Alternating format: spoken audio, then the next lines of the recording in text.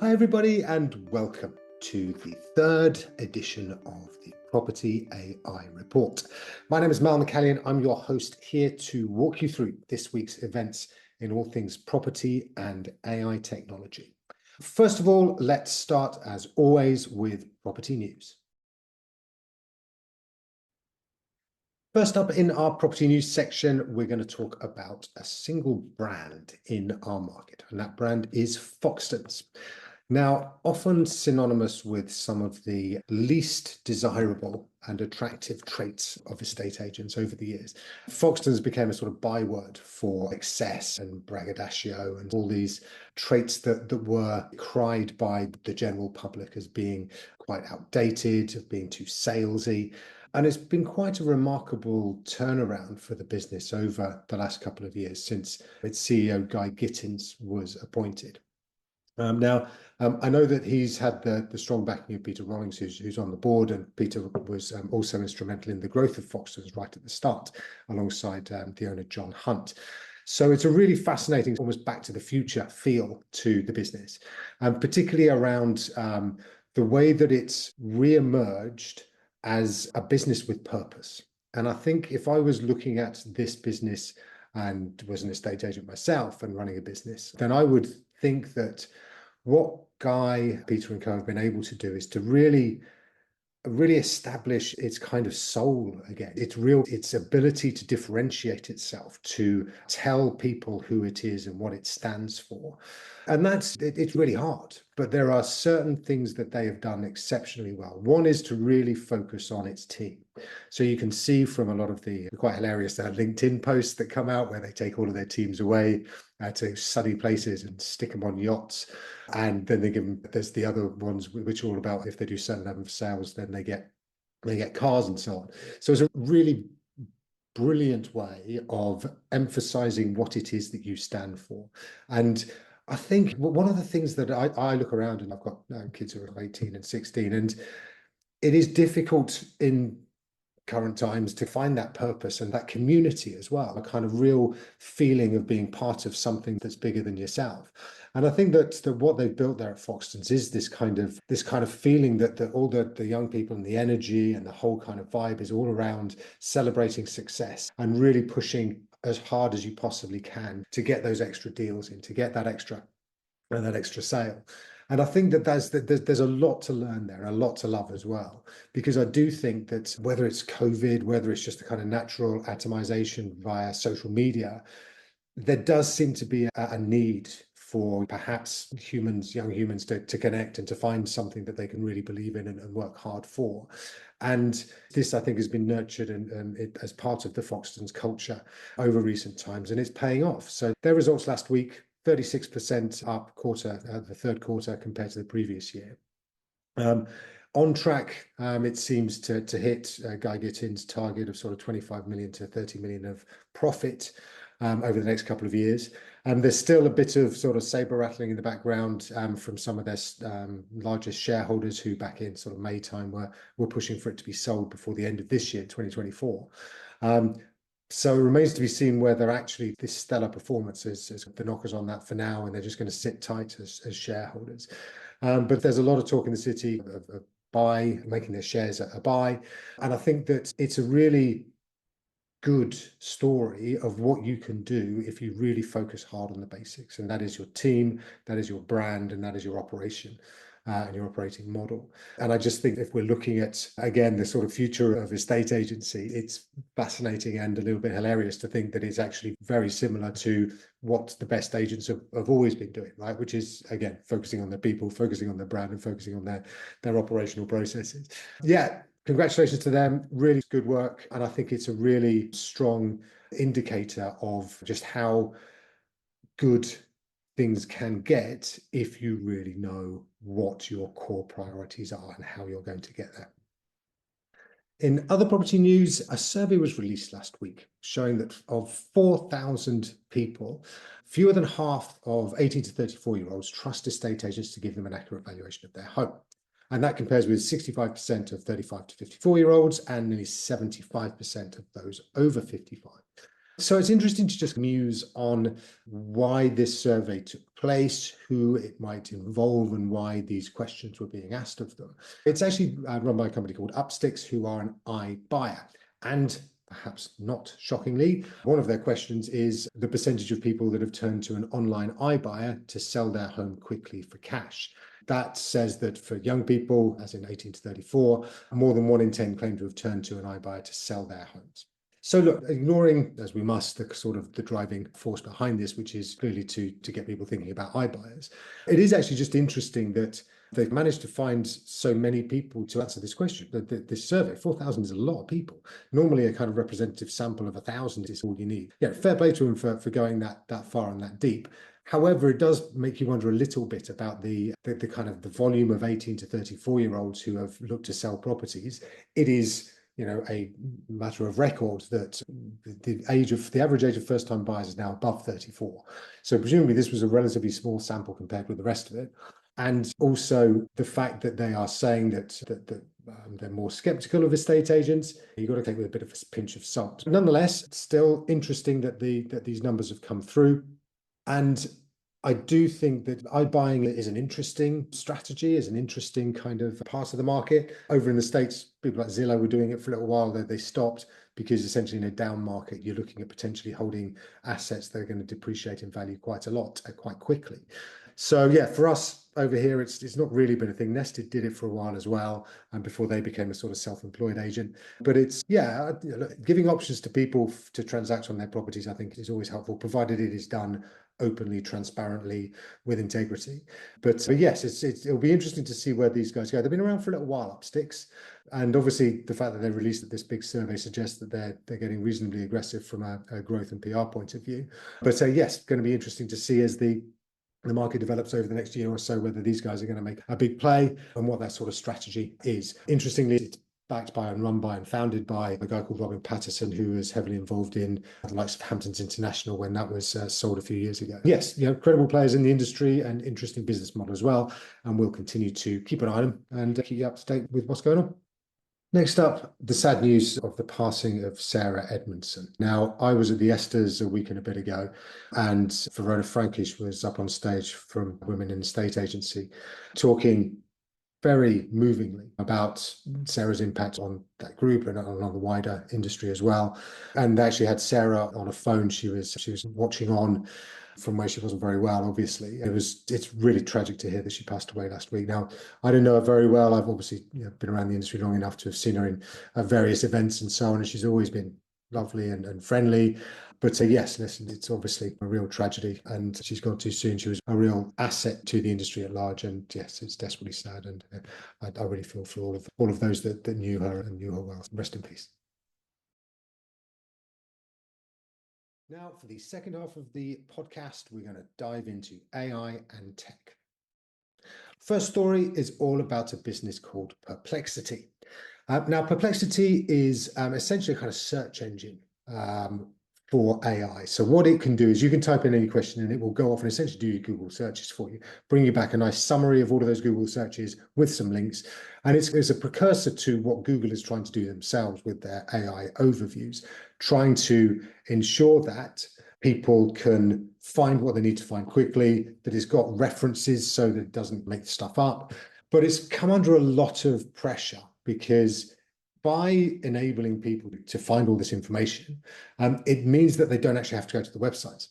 So that is starving a lot of businesses of clicks, links. Obviously, they have adverts on their own sites that aren't necessarily being seen anymore, and therefore the revenues are taking a hit.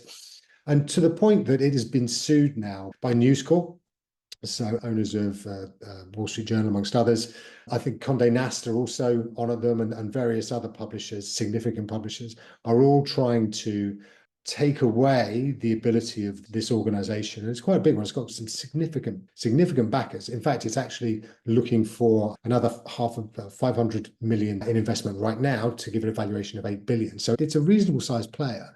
And it's actually got some very cool functionality. But, and this is a kind of challenge with a lot of the sort of more open AI tools, they've got a problem in the kind of the veracity of their data and the fact that they've essentially got all of this information from various sources that the sources say has been taken illegally, essentially. And if I think it was Wired magazine, which is one of the Condé Nast ones, actually managed to get it to rewrite one of their articles that it obviously used as a source. And that has driven a lot of this sort of this legal challenges. I do think that this is something that is going to go away as a problem. I think that the challenges that all of these AIs face essentially is a challenge of money. How much are they going to end up paying these particular publishers to use their data? And you've seen this with OpenAI. They've gone around doing deals with loads and loads of publishers, and indeed now some film studios like Lionsgate and so on. So there's a lot of activity taking place. A lot of this is saber rattling, is trying to basically leverage as much as possible these content sources, leverage as much as possible their own power in order that they can essentially sell or license the data that they've produced and created and paid for, journalists, etc., to build. So yeah, I think it's not going to stop AI. Obviously, in terms of it's not going to put the horse back in the stable, but I do think that there'll probably be some casualties along the way. Some who haven't done it very smartly, and perhaps Perplexity is one. They haven't necessarily created an environment where these conversations can be had in a relaxed atmosphere. It's much more adversarial. But I do think that if you look at some of the bigger ones, you look at the Googles, you look at OpenAI, we look at X and various others, I think that they're going to be relatively protected because they're going to be able to throw a lot of money at these problems and make them go away. Yeah, Perplexity, really interesting, busy and good, neat kit. But certainly in a bit of trouble right now because they do have a lot of lawyers breathing down their necks, even as they try and raise this 500 million of additional funding. Next on our technology and AI stories this week is randomly Michael Parkinson. Michael Parkinson, for those that probably are under 30, possibly even 40, was a chat show host from, I think, the end of the 60s to the 90s, possibly even into the early 2000s. Soft Yorkshire accent, generally quite genial, and he managed to get his interviewees to open up by just being really quite nice to them. So anyway, he had his eponymous chat show for many years and sadly passed away a few years ago. And that is probably why he shouldn't necessarily be featuring in this AI report this week. However, he, or at least his voice, is back. And it's back via AI. So he is going to be launching a new chat show, and it's his son, who's obviously keeping the estate and has responsibility for the copywriting of his works and so on. He's licensed his voice to an AI company for them to create essentially an AI that will ask questions and chat in the style of Parky. So this Parky AI is now apparently looking for interviewees and actual real life celebrities that it can interview in the style of Michael Parkinson, and that they will then produce these interviews and release them and so on, as the son says, to give a new lease of life to Parkinson. Now, for those who are a little bit squeamish about AI, this probably feels a little bit uncomfortable, and particularly if you associate those that are squeamish with AI with those who are older and love Parky. However, I think this is probably a view into the future that we're going to need to get used to. Those that are fans of the Star Wars films will know that in the last trilogy, we had reanimated characters such as Peter Cushing coming back, who's Darth Vader's right-hand man, just as they're about to build the Death Star. So he came back for one of the subsequent films. There was a rejuvenated Princess Leia and and that was in Rogue One. And there's been a lot of this kind of activity where you see younger versions of actors reappearing in various films. But the fact that we can now create AIs that have a significant amount of data about a particular person, including what they look like and films of what they look like, then we are really soon going to see an explosion of long dead people coming back to life and being reanimated in terms of their ability on a screen. and then in future on holograms or robots to re-enter our lives, essentially. Really interesting story that Parkinson is coming back and that his son is supporting this particular AI. Looking forward to seeing and hearing what actually comes of it, and particularly interested in knowing who's going to want to be interviewed by him, because that's going to be almost as interesting as what the questions are.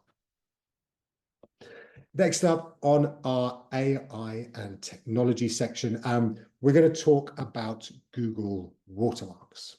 Now, Google is pioneering the idea of these kind of little invisible watermarks on AI. So they're trying to make sure that essentially AI is always going to be trackable. You're always going to be able to see where it is present.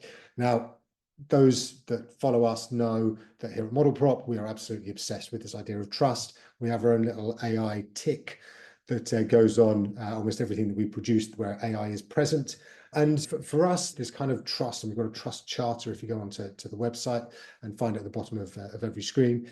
We're really passionate about the idea that the AI, you need AI that you can trust, and you need to understand where it is present and have a really good feel for it.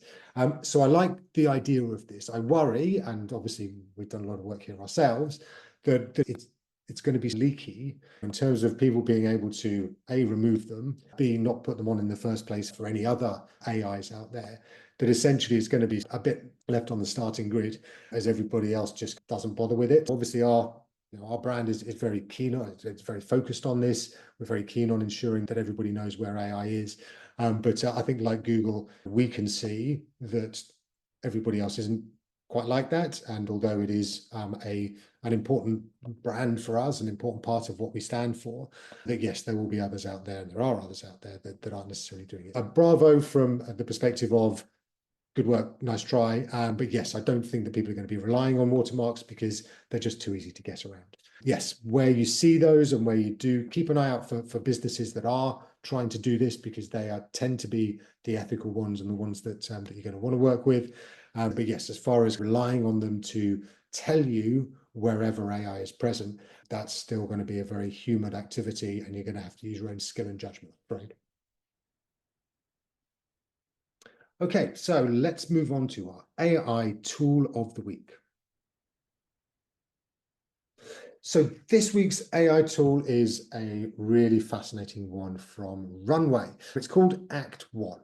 Now, for those of you who are watching this on YouTube, round about now, you will see what this looks like. And essentially, if I can describe it to those listening, I have fed in the video of this particular podcast that I'm producing right now, and have got Runway to overlay me with some various animated characters, some filmic characters, and essentially what it does is it will just help people to see me in a different light. And it's really fascinating to see how accurate they can make the kind of mannerisms, how you move your head, and so on. If you get a chance, it's on YouTube, probably popping out on LinkedIn as well. But it's a really interesting way of, yes, reimagining how you do scenes. And pretty soon we will start to see these kinds of tools really pushing through in videos for advertising, and perhaps in due course in films as well. But it's a really interesting tool. Have a look at it. I'm certain that there will be ways that we, Model Prop and elsewhere, look to introduce these and include these in various promotions for properties and for estate agencies going forward. And that's it for this week. Thank you so much for listening. Just a real quick one about what's coming up in the week. The big thing, unsurprisingly, is the budget. Rachel Reeves will be up on her feet in a couple of days and will be telling us all about what she really is going to do with the government finances and how that's going to impact on the property market. So lots of doom and gloom.